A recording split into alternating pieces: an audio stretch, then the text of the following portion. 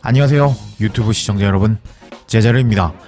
이강인 선수의 파리 생제르맹과 맨시티의 챔피언스 리그 경기가 있었습니다. 경기가 시작되기 전에 이 경기는 이강인 선수에게 상당히 중요한 경기라고 할 수가 있었는데, 일단 챔피언스 리그 순위표를 보면 맨시티가 챔피언스 리그 24위, 그리고 파리 생제르맹이 챔피언스 리그 26위에 랭크되어 있는 상황이었습니다. 두 팀 모두 24위 안에 들지 못하면 떨어질 가능성이 있는 상황이라고 할 수가 있겠는데, 그만큼 이번 경기는 단두대 매치라고 할 수가 있었습니다. 이런 상황에서 도박사들의 배당을 살펴보면 파리가 승리할 배당이 2.45배, 그리고 맨시티가 승리할 배당을 2.7배를 주면서 파리 생제르맹이 이길 가능성을 약간 높게 보고 있는 상황이었습니다. 이런 상황에서 돌아가는 상황은 파리 생제르맹한테 좋지 않았는데요. 일단 파리는 4연승을 달리고 있었지만 맨시티가 지난 경기에서 부활을 해버렸습니다. 강등권에서 놀고 있는 입스위치를 상대였지만 6대 0으로 승리하면서 기세가 올라간 맨시티라고 할 수가 있겠는데, 이번 시즌 그동안 못했던 필 포든이 2골 1도움, 그리고 부상에서 복귀한 김덕배가 2도움을 기록했고, 홀란드와 도쿠 역시 골 맛을 보면서 이번 경기 어려운 파리 생제르맹이라고 할 수가 있겠습니다. 축구 유튜버로서 이번 경기 분석을 해본 결과 맨시티가 승리할 것이라고 예상이 되었지만, 이강인 선수가 이번 시즌 리그에서 6골 3도움을 기록하면서 엄청난 커리어 하이를 달리고 있었기 때문에 이번 맨시티를 상대로 이강인 선수가 번뜩이는 모습을 보여주었으면 하는 이번 경기였습니다. 그리고 라인업이 공개가 되었는데, 파리는 돈나루마 키퍼, 하키미, 마르키뉴스, 파초, 멘데스, 보백, 루이스 비티냐, 네베스 3 미들, 이강인 2의 바르콜라에 4-3-3으로 나왔고, 맨시티는 홀란, 더브라이너, 필포든, 실바를 앞세운 4-1-4-1로 나왔습니다. 그리고 시작된 전반전 4분 2회가 슈팅을 때리는 모습을 보여주었는데, 키퍼 선방에 막혀서 코너킥이 되는 모습이 포착이 되었습니다. 그리고 5분 14초 이강인 선수가 맨시티의 압박을 벗겨내고 빌드업에 관여하는 모습이 포착되기도 했습니다. 그리고 7분 이강인 선수는 오늘 코너킥을 전담해서 차는 모습을 보여주면서 맨시티를 상대로 코너킥을 전담한다는 것이 상당히 의미가 있다고 할 수가 있겠죠. 챔피언스 리그 레벨에서도 코너킥을 찰 수 있는 이강인의 코너킥 능력이다 라고 보시면 되겠습니다. 그리고 9분 이강인 선수가 프리킥을 찰라고 하다가 비티냐가 프리킥을 찼는데, 이 프리킥을 네베스가 헤더를 날려보았지만 살짝 떠버리고 말았습니다. 홈팀인 파리가 초반부터 맨시티를 압도하는 모습을 보여주고 있었습니다. 그리고 14분 이강인 선수가 가짜 9번으로 가운데서 뛰고 있는 것을 포착할 수가 있었습니다. 그리고 18분에는 하키미가 중거리 슛을 냅다 때렸는데, 이강인 선수가 가운데 있었는데 여기서 그냥 무지성 슈팅을 때린 것은 조금 안타까워 보였습니다. 그리고 골로 연결되지 않았죠. 그리고 전반 19분 통계를 보면 이때까지 파리가 62% 점유율을 먹고 슈팅 2개, 유효슈팅 2개를 날리면서 맨시티를 상대로 홈에서 나름 좋은 경기를 하고 있는 파리였습니다. 그리고 이제 경기가 생각대로 풀리지 않자 긴장한 펩 가르디올라 감독이 포착되기도 했는데, 역시 이 감독은 표정이 다양해서 너무 볼 때마다 재미가 있는 것 같았습니다. 그리고 23분 이강인 선수는 자기가 빛난다는 모습을 보여주었는데요. 이제 아까는 중앙에 있었잖아요. 이번에 왼쪽 측면으로 내려간 이강인 선수는 박스 안에서 공을 잡았습니다. 그리고 이강인은 이렇게 특유의 왼발 드리블을 치면서 맨시티 선수들을 이제 벗겨버리는 모습을 보여줬는데, 이전 장면에서 이강인 선수가 공을 잡자 긴장하는 맨시티 센터백인 것을 확인할 수가 있었고, 이강인의 뻔히 다 알지만 막을 수 없는 왼발로 치고 들어가는 드리블에 맨시티 수비진은 반응하지 못하면서 이강인의 크로스를 허용하는 맨시티 수비진이었는데, 와, 맨시티를 상대로도 이강인의 기술은 통하고 있었습니다. 근데 여기서 코너킥은 이렇게 올라갔는데 하키미가 조금 늦게 들어오면서 골과는 근접하지 않은 장면이었는데 아깝습니다. 여튼 맨시티 수비진을 상대로도 이강인의 기술이 통하는 것을 확인할 수가 있었습니다. 정말 대단한 장면이었고, 그리고 26분 이강인 선수의 미친 코너킥이 들어가고 말았습니다. 아까부터 계속 코너킥을 전담하고 있는 이강인은 날카로운 코너킥을 전달해 주었고, 맨시티 수비가 걷어낸다는 것이 세컨드 볼이 루이스에게 떨어지고 말았는데, 정말 여기서 근접하게 슈팅을 때린 루이스였는데 이 슈팅이 그바르디올을 맞고 이제 골대 안으로 들어가지 않았는데 정말 아까운 장면이라고 할 수가 있었습니다. 이강인 선수의 위협적인 코너킥 능력을 알 수 있는 장면이었는데 이 장면에 스카이 스포츠가 반응했습니다. 루이스의 슈팅이 골에 근접했다.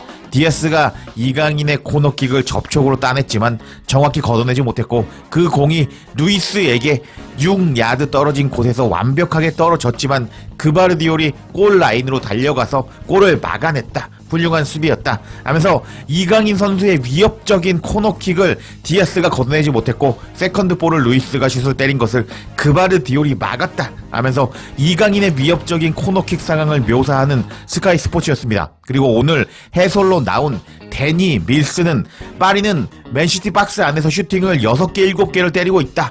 파비안 루이스가 슈팅을 때렸을 때 골이라고 생각했을 것이다 하면서 이강인의 미친 코너킥이 그만큼 위협적이었다 라고 상황을 설명하고 있었습니다. 와, 스카이 스포츠로부터도 극찬을 받는 이강인이었는데 정말 대단하다고 할 수가 있었고, 그리고 이강인은 24분 1100억 몸값에 그바르디오를 당황시키는 모습을 보여줬습니다. 이번에는 오른쪽 박스 안으로 들어간 이강인 선수였는데요. 이강인은 양발 드리블로 이제 그바르디오를 앞에서 개인기를 보여주었는데, 이렇게 이강인 선수는 그바르디오를 앞에 달고 공을 접는 모습을 보여주었고, 그바르디오를 벗기고 뒤로 패스하는 모습을 보여주면서 그바르디올도 이강인을 쉽게 막지 못한다는 장면이 확인할 수가 있었습니다. 와, 정말 그바르디올이 메시에게만 뚫릴 정도로 엄청난 수비수라고 할 수가 있겠는데요. 그바르디올을 상대로 개인기를 성공시키는 이강인은 정말 오늘 미친놈인 줄 알았습니다. 그리고 36분 이강인 선수가 프리 찬스로 오른쪽 측면이 아닌 왼쪽 측면에서 들어가고 있었는데, 일단 패스를 받지 못한 이강인이었고 또 두에가 공을 잡았을 때도 이강인이 프리하게 침투하고 있었는데, 이런 장면을 보면 파리 생제르맹도 일단은 시야가 넓은 선수가 없다라는 것을 알 수가 있었습니다. 그리고 38분에도 이강인 선수는 코너킥을 전담하는 모습을 보여주었습니다.